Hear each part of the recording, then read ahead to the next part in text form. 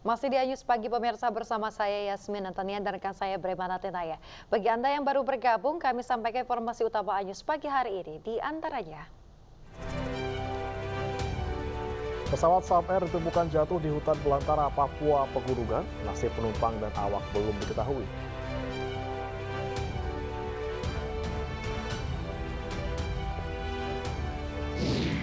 pimpinan pesantren Al Zaitun Panji Gumilang diperiksa tim investigasi Pemprov Jawa Barat.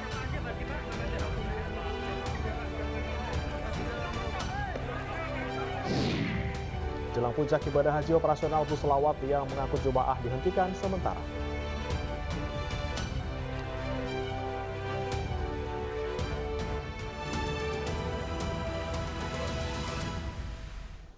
Pemirsa, pesawat karavan milik PT SMR ditemukan jatuh di hutan belantara Papua Pegunungan. Hingga kini nasib empat penumpang beserta 2 awak kapal belum diketahui.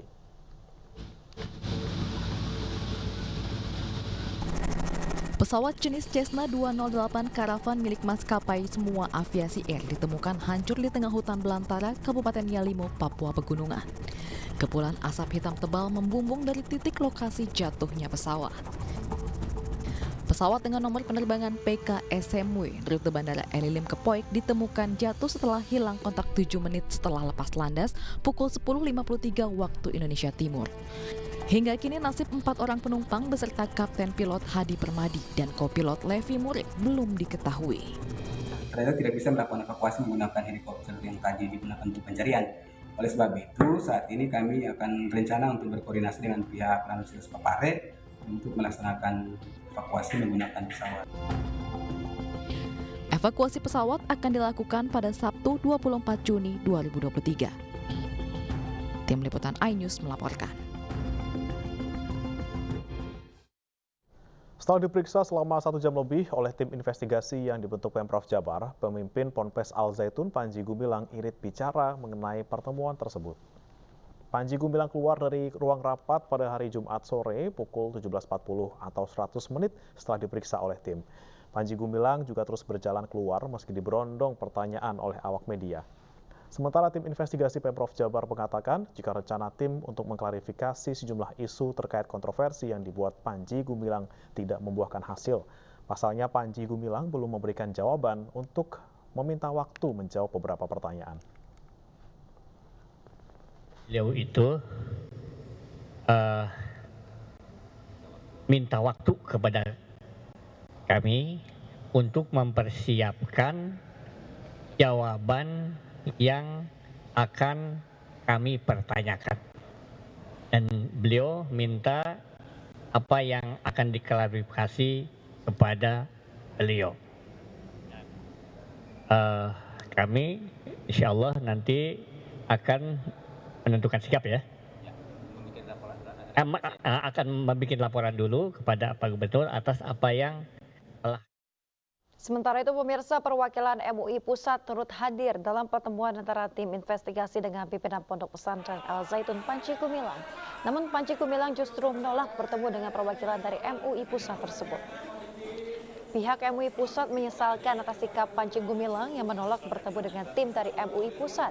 Menurut Ketua Tim Peneliti Mahad Al Zaitun MUI Pusat, Panji Gumilang hanya ingin bertemu dengan tim investigasi bentukan Pemprov Jawa Barat. Bukan kali ini saja Panji Gumilang menolak bertemu dengan MUI Pusat. Beberapa hari lalu, Panji juga menolak penawaran perwakilan masuk ke MUI Pusat yang datang ke Ponpes Al Zaitun di Kabupaten Indramayu, Jawa Barat. Meski demikian, MUI Pusat tetap berupaya untuk hadir menyelesaikan polemik Al Zaitun. MUI menyatakan sangat menyayangkan, menyesalkan karena Panji Gumilang tidak bersedia bertemu dengan tim dari MUI. Kita ketahui bahwa MUI itu lembaga, bukan hanya lembaga legal, tapi kehadirannya itu diakui ya oleh negara. Ya. Di dalamnya ada sejumlah ormas umat Islam yang tugasnya adalah bagaimana merawat keharmonian akidah Islam yang umat Islam di negeri ini. Pimpinan Pondok Pesantren Al Zaitun Indramayu Panji Gumilang memiliki rumah mewah di kawasan Krukut, Depok, Jawa Barat. Rumah mewah ini tidak pernah ditempati oleh Panji Gumilang dan hanya dijadikan aset. Menurut RT Sepat, Panji telah memiliki rumah ini sejak 20 tahun lalu dan hanya dihuni sejumlah penjaga. Tidak ada aktivitas yang melibatkan orang ramai di rumah tersebut. Panji Gumilang hanya pernah membuat jembatan dari Jalan Swadaya menuju kediamannya.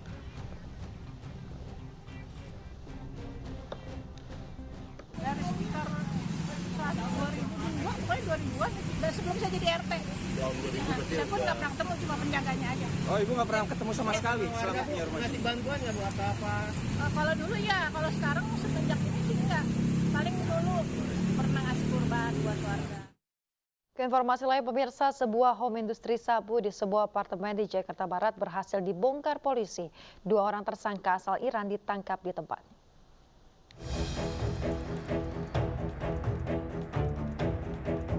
Pabrik sabu jaringan Iran ini berada di sebuah apartemen di wilayah Jakarta Barat. Pengungkapan pabrik ini berasal dari informasi masyarakat akan adanya warga negara asing yang memproduksi narkoba. 2 orang warga negara asing asal Iran berhasil ditangkap. Dari lokasi polisi mengamankan bahan baku sabu sebanyak 12 kg dan sejumlah alat untuk memproduksi sabu. 1 minggu melakukan pendalaman, kemudian penyidik menemukan target yang kemudian kita lakukan penangkapan terhadap yang bersangkutan. Setelah kita lakukan penangkapan di lokasi ini, tepatnya di sebuah apartemen Victoria Residence, kita melakukan penangkapan terhadap tersangka HR, di mana di dalam penangkapan itu di apartemen ini kita temukan sebuah pabrik. Kenapa kami sebut sebagai sebuah pabrik? Karena di sana ada proses produksi dari bahan baku, kemudian diproses, kemudian terjadi atau menghasilkan sebuah hasil yang sering kita sebut dengan sabu. Atas perbuatannya, kedua tersangka dikenakan pasal tentang narkotika dengan ancaman hukuman mati. Dari tim liputan iNews melaporkan. 4 begal sadis yang menewaskan seorang mahasiswa UMSU Medan akhirnya tertangkap. Keempat pelaku terpaksa ditembak lantaran melawan dan berusaha kabur. Setelah penyelidikan mendalam, Jatanras Polrestabes Medan menangkap bos kawanan begal sadis yang menewaskan 1 mahasiswa UMSU Medan. Pelaku bernama Nur Muhammad alias Amek terpaksa ditembak lantaran melawan dan berusaha kabur saat akan ditangkap. Dari hasil pengembangan, polisi menangkap 3 pelaku lain, Rafli Zafana alias Kedoy, Muhammad Rizky alias Aceh, dan Adriansa alias Andre. Ketiganya juga mendapat timah panas polisi lantaran berusaha kabur saat diminta menunjukkan barang bukti. Polisi menyita 1 senjata tajam yang digunakan pelaku menganiaya korban hingga tewas dan 1 sepeda motor yang digunakan saat beraksi. Kan dipepet Pak, dipepet. Terus korban menendang Pak. Terus saya keluarkan, saya ancam-ancam. Karena dia melakukan perlawanan, saya ingat lagi Pak, ke yang bawa kereta. Terus yang korban yang di belakang terjatuh dari kereta Pak, terus ngantem pohon. Terus kami kejar yang bawa kereta, karena di depan udah ada warga, kami terbalik. Dari hasil penyelidikan kami, ini bisa ditangkap 4 orang ini, ya, di mana perannya adalah yang atas nama Ane ini yang menendang korban, selanjutnya yang membacok adalah atas nama Andre. Untuk mempertanggungjawabkan perbuatannya, ketiga pelaku kini mendekam di sel tahanan Polrestabes Medan. Ketiganya dijerat pasal pencurian dengan kekerasan yang menyebabkan korbannya meninggal dunia dengan ancaman hukuman 20 tahun penjara. Sebelumnya, pada 14 Juni lalu, seorang mahasiswa Universitas Muhammadiyah Sumatera Utara, Insanun Ansori Asibuan, tewas dibegal di Jalan Mustafa, Kota Medan. Korban yang mengendara motor bersama rekannya untuk membeli makanan dihadang 4 pelaku. Para begal ini gagal merampas motor, namun mereka menganiaya korban hingga tewas. Allahumma labbaik, labbaik la syarika lak labbaik.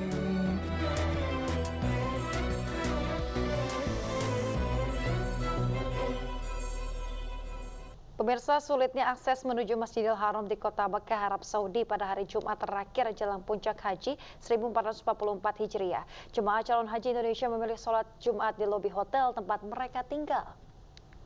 Seperti yang terlihat di Hotel 109 Sektor 1 kawasan Mabhas Jin, Kota Mekah. Para jemaah yang didominasi calon haji asal Indonesia ini memilih untuk melaksanakan ibadah sholat Jumat di area lobi hotel. Ratusan jemaah khusyuk berdoa sambil menunggu waktu sholat Jumat dimulai. Pada tahun-tahun sebelumnya, setiap Jumat terakhir jelang puncak haji, baik wukuf di Arafah, mabit di Muzdalifah, dan juga Mina. Pemerintah Arab Saudi membatasi akses masuk jalan utama menuju kawasan Masjidil Haram. Langkah ini diambil lantaran jumlah jemaah yang datang sangat banyak.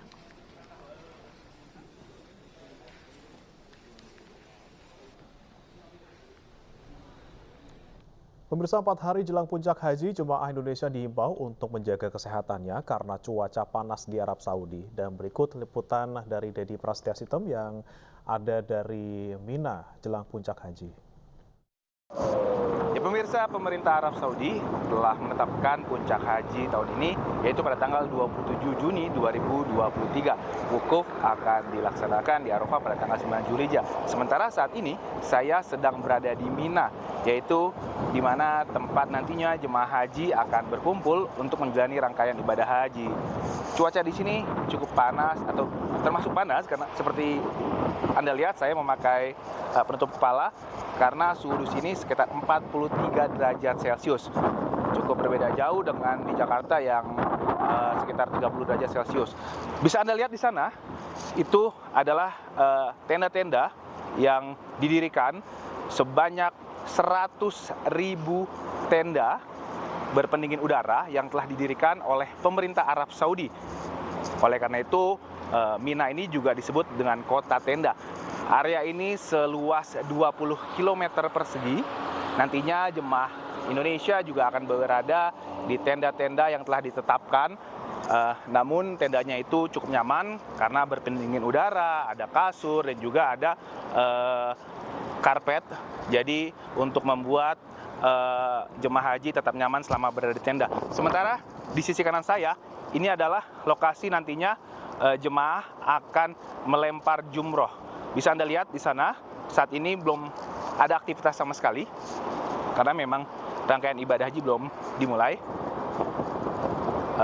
Imbauan untuk para jemaah haji agar menjaga fisiknya menjelang puncak haji, karena memang cuaca di sini sangat berbeda dengan di Indonesia, cukup panas, sehingga menjelang puncak haji diharapkan jemaah haji atau diimbau untuk di pemondokannya tidak perlu ke Masjidil Haram, sholat berada dekat pemondokannya untuk menjaga fisik tetap kuat menjelang puncak haji. Dari Mina, Mekah, Arab Saudi, Dedi Prasetya Sitem, Endang Gunawan, iNews melaporkan. Pemirsa, jelang puncak ibadah haji operasional bus sholawat yang mengangkut jemaah dari hotel menuju Masjidil Haram akan diberhentikan sementara. Bus sholawat akan beroperasi kembali pada 2 Juli mendatang.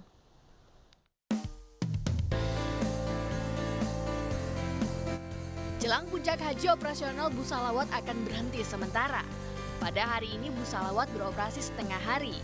Jemaah masih bisa menikmati layanan bus sholawat untuk berangkat dan pulang sholat Jumat di Masjidil Haram.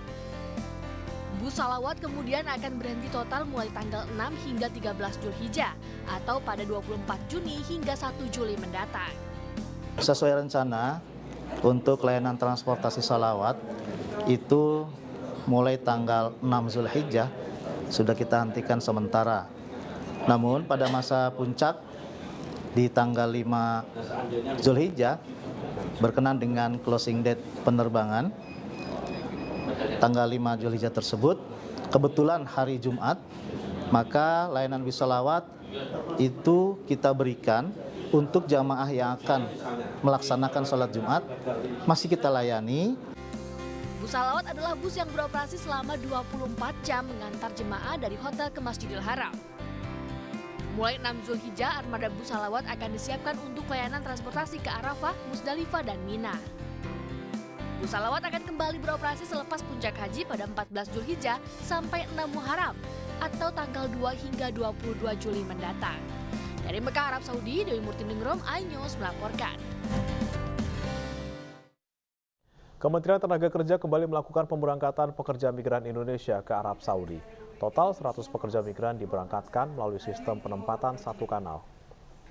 Menteri Tenaga Kerja Ida Fauziah secara resmi melepas 100 pekerja migran Indonesia sektor domestik tahap pertama untuk diberangkatkan ke Arab Saudi.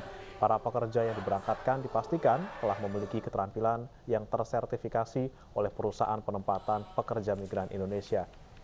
SPSK mengintegrasikan sistem ketenagakerjaan pemerintah Indonesia dengan sistem ketenagakerjaan milik pemerintah Arab Saudi. Langkah-langkah pemerintah dalam bagaimana melindungi PMI dari mulai sejak awal hingga mereka pulang ke Indonesia. Itu mungkin yang kami bisa lakukan. Perlindungan itu bentuknya dalam pelatihan, sertifikasi, dan lain-lain. Dan kami juga mempunyai asuransi. لبيك لا شريك لك لبيك.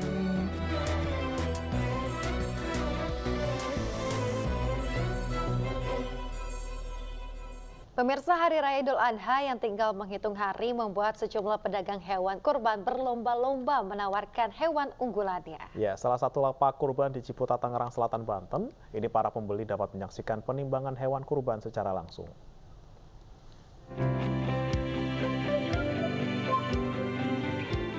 Mendekati Hari Raya Idul Adha, sejumlah pedagang hewan kurban berlomba-lomba menawarkan keunggulan dagangannya.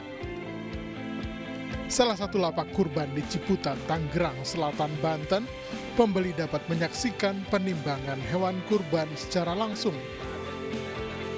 Cara ini dinilai efektif menarik daya beli masyarakat karena pembeli dapat mengkalkulasikan sendiri berapa kocek yang harus dikeluarkan. Nah, di lapak ini itu bisa milih sapi kita timbang ulang. Nah, di tempat lain kayaknya belum ada di daerah sini. Nah, jadi kita lebih real fakta bisa disaksikan bersama-sama untuk timbang ulang. Lapak Kholil menjual aneka jenis sapi mulai limosin, simental, Bali, kupang pegon, dan peranakan ongol. Harga yang ditawarkan pun bervariasi mulai dari 18 juta rupiah hingga 100 juta rupiah, tergantung bobot sapinya itu sendiri. Dari Tangerang Selatan, Banten, Nunung Purnomo, iNews melaporkan. Iya, jadi kita istilahnya sama-sama saling enak lah ya. Jadi pedagangnya enak, bisa langsung ngasih jujur gitu ya ke pembelinya, tapi pembeli juga bisa kayak, oh kalau beratnya segini harganya. Jadi lebih terbuka ya bagaimana ya. Betul sekali. Ya memang juga bagi Anda pemirsa yang ingin berkurban harus memperhatikan tips-tips berkurban ya, seperti cek kesehatannya terlebih dahulu, riwayat kesehatan, kemudian juga pilih hewan yang sesuai umurnya lah. Untuk kurban itu kalau nggak salah, kalau sapi kerbau itu minimal 2 tahun ya. Kalau nggak salah, bisa dicek lagi, bisa dicek lagi pemirsa, itu dia. Harus pokoknya lebih hati-hati lah memilih hewan kurban supaya lebih berkah gitu ya. Betul sekali. Pemirsa, kita ke informasi berikutnya, waspadalah memilih hewan kurban jelang Hari Raya Idul Adha. Ya, di Surakarta, Jawa Tengah ini ratusan sapi milik warga mencari makan di tempat pembuangan akhir sampah.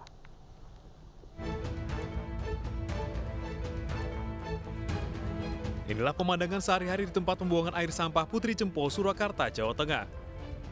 Ratusan sapi yang sebagian besar milik warga setempat ini mencari makan di tumpukan sampah yang menggunung. Secara fisik, sapi-sapi ini terlihat gemuk dan sehat. Namun berdasarkan penelitian, daging sapi pemakan sampah memiliki kandungan timbal di atas batas aman, yaitu 2 ppm. Tingginya timbal ini dapat menyebabkan penyakit pada otak, pembuluh darah, jaringan saraf, pernapasan, hingga pencernaan. Dinas Pangan dan Pertanian Kota Surakarta akan terus mengawasi keberadaan sapi-sapi pemakan sampah tersebut. Untuk pencegahan tidak ada pelarangan pengembala di situ, Pak, mungkin, Pak? Ya, kan sekarang juga mau digunakan untuk PLTSA, itu kan sekarang sudah ada upaya untuk mengandangkan dari sapi-sapi yang ada di sana, kan sebagian besar kan juga sudah mulai peternak di sana sudah mulai mengandangkan sapi-sapinya tidak diumbar di TP. Warga diimbau lebih berhati-hati dalam memilih hewan kurban, terutama terkait asal-usulnya. Sapi yang akan dijual seharusnya melalui proses karantina dan diberi makan rumput. Dari Surakarta, Jawa Tengah, Septiantoro, iNews melaporkan. Pemirsa, jelang Hari Raya Idul Adha, pemeriksaan kelayakan hewan kurban dilakukan di berbagai daerah.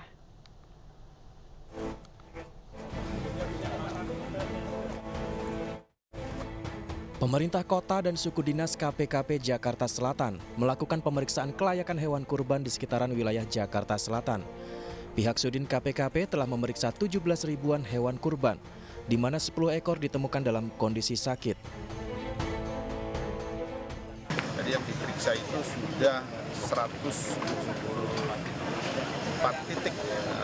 Itu hewannya kurang lebih ada 17 ribuan hewan yang sudah kita periksa. Hasil temuannya apa aja Pak? Ada yang ini mungkin Pak? Hasil temuan itu yang sakit hanya 10 ekor dan itu sudah dilakukan karantina untuk tidak dilakukan penjualan, karantina dulu. Sementara itu di tempat pembuangan akhir sampah Putri Cempo, Solo, Jawa Tengah, ratusan sapi yang sebagian besar milik warga setempat masih mencari makan di tumpukan sampah yang menggunung di tempat pembuangan akhir.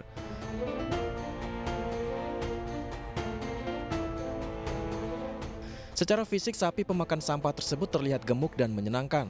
Namun sampah yang dimakan tentu mengandung bermacam zat dan juga logam berat yang berbahaya. Kepala Dinas Dispangtan Kota Solo, Eko Nugroho, mengatakan pihaknya terus melakukan pengawasan terkait sapi-sapi pemakan sampah.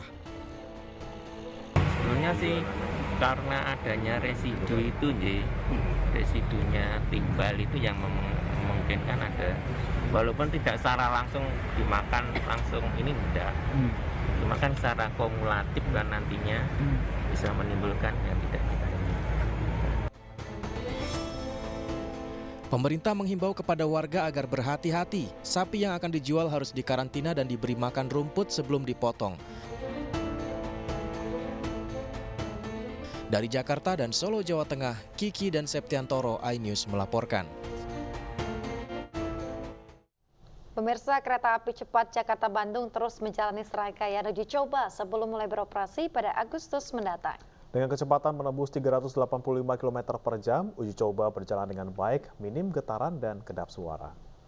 Pemirsa, bisa Anda saksikan ini merupakan uang koin yang saya taruh di pinggir jendela dari kereta api cepat Jakarta-Bandung. Karena hari ini saya berkesempatan untuk berada di dalam kereta api cepat Jakarta-Bandung untuk melakukan uji coba yang pertama kali dilakukan dengan batas maksimal kecepatan yakni 350 km per jam. Nah, ini artinya tadi saya berangkat dari stasiun Halim Jakarta menuju ke stasiun akhir Tegaluar Bandung yang hanya memakan waktu kurang lebih 40 menit saja.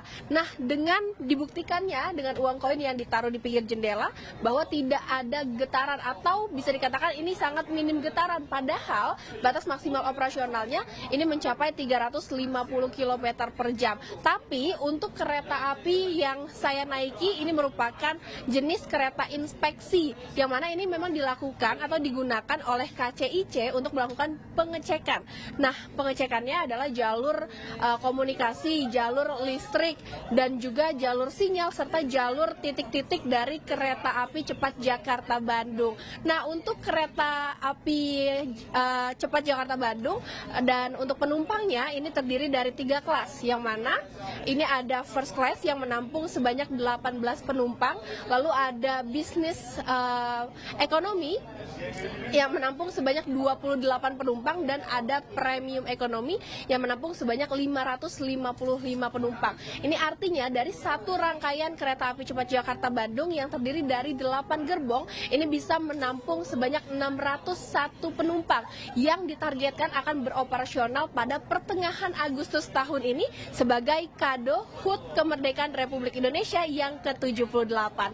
Dari Tegaluar Bandung, Yola Duyanti bersama juru kamera Rizky, iNews melaporkan.